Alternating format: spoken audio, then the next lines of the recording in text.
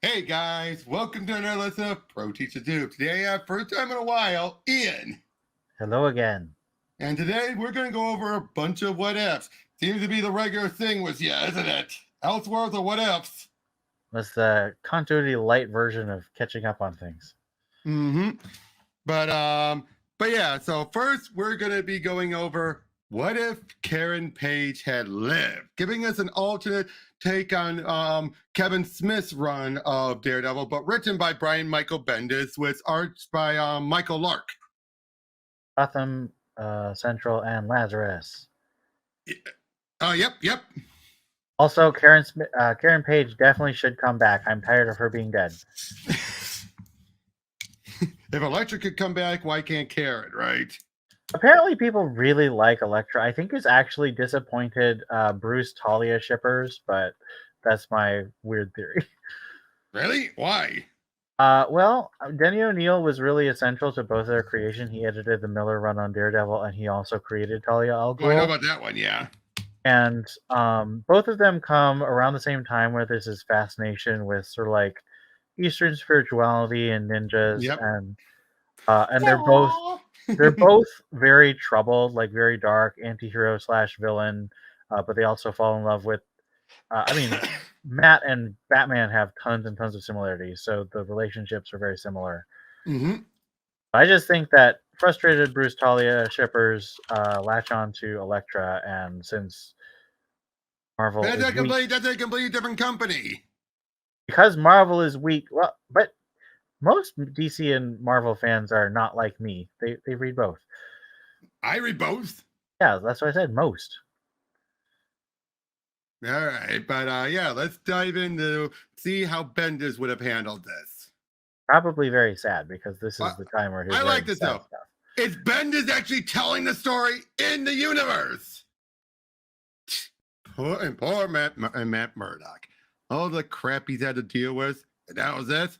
Thing is, and don't tell anyone I told you this, but I know from a pretty good source that it's true.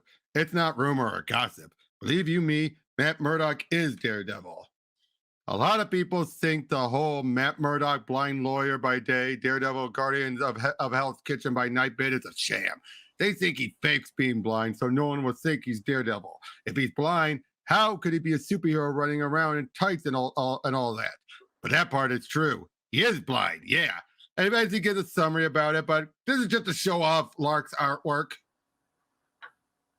Which I just realized I got one day go over Daredevil End of Days. Was that also Michael Lark? No. I'm just saying in general because that was Bendis doing his own final Daredevil story. Oh, so like the end, but not the end. The end, but it's after Daredevil's death. Mm-hmm. You know about that story? Nope. Would you be interested in going over that one day? Maybe. How long is it? Let me double check. Hold on. Daredevil End of Days. It was a 8-issue miniseries. Maybe we could do 2 episodes on that. No, I think we get that all in one because it's actually this is Bendis, dude. You know they go by fast. True. You're forgetting, right? It's been a while since I've read Bendis. He's been kind of absent. But through all the struggle and violence, Matt had an oasis. One person who knew Matt for who he really was. One woman who understood the complicated duality of his nature and just what it was he was fighting for. Someone who, like him, struggled with her own demons. And like Matt, fought hard and conquered them. Her name was Karen Page. And stealing Mazzucchelli's work like that. Wait, what? That was the end panel of Born Again. Oh, yeah. But one of Matt's struggles was different than all the others. One that spiraled out of control before Matt could even understand exactly what was going on. Tell me where the kid is and I'll do you quick. Give me the goddamn kid. Here, let him go and I'll give you the baby. Daredevil had fought the hired assassin Bullseye before. But this time it was different. Karen, no. This time he had lost. Pipe down, Punchy. We're in the middle of negotiation. Matt didn't know yet who was behind all this. Who had set the stage for this drama involving a mysterious baby left on his doorstep and who had hired Bullseye to steal from him. I swear to God, you bastard. Matt didn't know why the most important women in his life were all of a sudden in immediate jeopardy. No one raises from the dead. Stop. Put the baby down. Why an innocent woman like so basically it's just a lot of this is summarizing what happened first. And then shows all like his club and her deaths. I'm breezing through this part because I want to go over that Daredevil run eventually. But then, yeah, he eventually recovered and got over like his life in constant danger. Late night talk show monologue fodder, and he's alone. Matt has always been tough since he was a kid on up, but he's a survivor, and eventually he'll survive this too. Fingers crossed. But since Karen, his life's never been the same. I can't help but wonder, what would Matt's life have been if Karen hadn't died that day? She pivots on her heel just before the Billy Club hits her, centimeter to the left, centimeter to the right. Bullseye punctures her lung instead of her heart. Would Matt Murdock have eventually lived happily ever after? Centimeter to the left, centimeter to the right.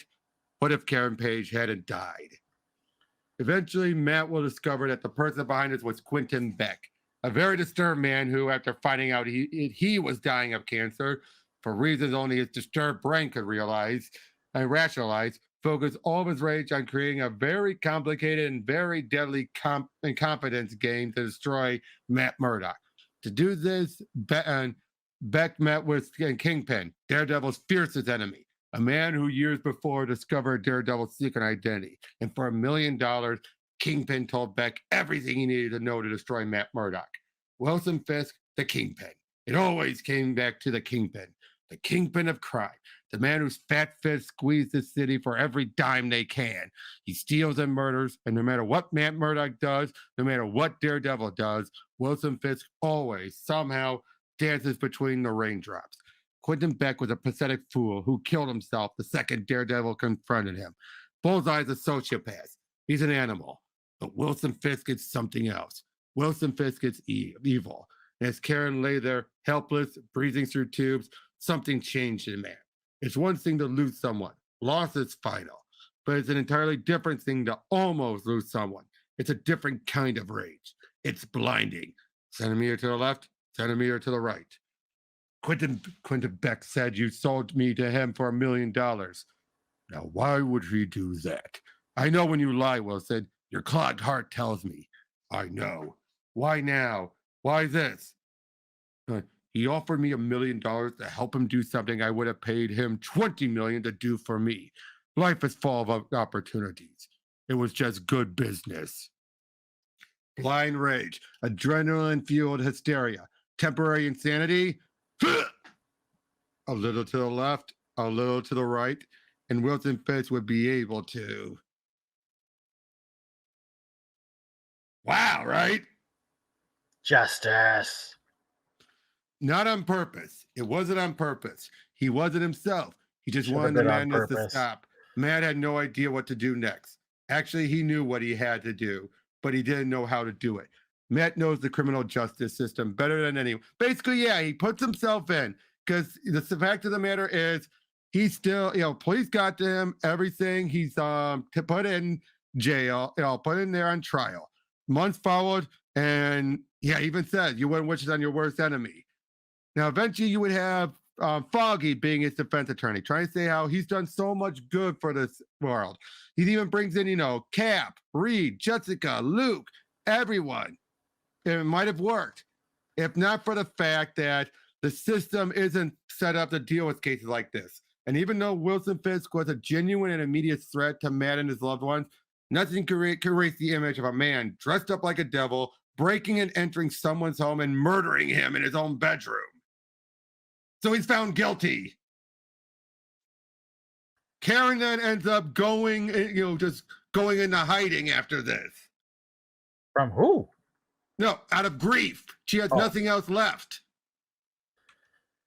Even says, for the first time in his life, Matt Murdock was glad his father wasn't alive. Basically, yeah, he just goes to prison, stays there, and he will sometimes help Foggy out with a case here and there. Or even Nick Fury would ask him for some help, for his opinion on a case. And basically, yeah, they're saying that what if he had won? And what if she had lived? It would have been worse. Yeah, I disagree. I don't think that actually makes very much sense. Yeah, I think Bendis just wanted to pontificate. Because it doesn't do anything with Karen herself. Like the original story, it ignores Karen's choices and personality. Agreed. Sad, but good art. Michael Lark does great stuff. Even in But overall, terrible but what? stories like Grim Hunt. Yeah, but what did you think about the fact that he, that again, it's a different type of rage. That I agree with. It is different. You lose someone, it's final. You'll eventually go over it. Almost losing something, you're like, "Argh!" It is a different kind of rage. I would have preferred if he had intended it. I think that making it unintentional is lame. Well, for all we know, he could be saying, convinced himself that. No, I just think it would have been a better story. Like, if you're going to have a hero break the no-kill rule... Oh, come on, look what he did. He threw it at him. What did he think was going to happen? Don't punk out on me. Have him actually plan to kill and then deal with the consequences of that. I will say this, though. I love this line. He offered me $1 million to help him do something I would have paid him $20 million to do for me. That's very Fisk. Although, to be fair, then in Evil That Men Do, there was a point where the guy who wanted to take over as Mysterio said, I'll even go after Daredevil for you. He's like, no, there's something a man has to do for himself. Different writers have different ideas and voices for people. True. I think this is also Bendis trying to, in this one bit, justify what Kevin Smith did. And when you put in that context, it makes sense. I just don't think that what Kevin Smith did was... I don't think you should kill civilian characters because they don't come back. You know that was done to homage the death of Elektra. You know that. I don't care. Elektra came back. I know. No one cares that she died. But anyway, but still, though. So overall, this was great artwork. Interesting startup. Would you agree? Interesting startup, at least. I mean, because the fact is Bendis telling the story. He would tell the Jessica Jones story, too. Yep, I remember that, which is probably why it doesn't feel as fresh. True. And yeah, that's it. This was a short one, yeah, but a lot of these usually are. Yep. Should have done more with Karen, I'm telling you. I agree. So yeah, we'll be seeing you guys more on the next one. She should do more porn films.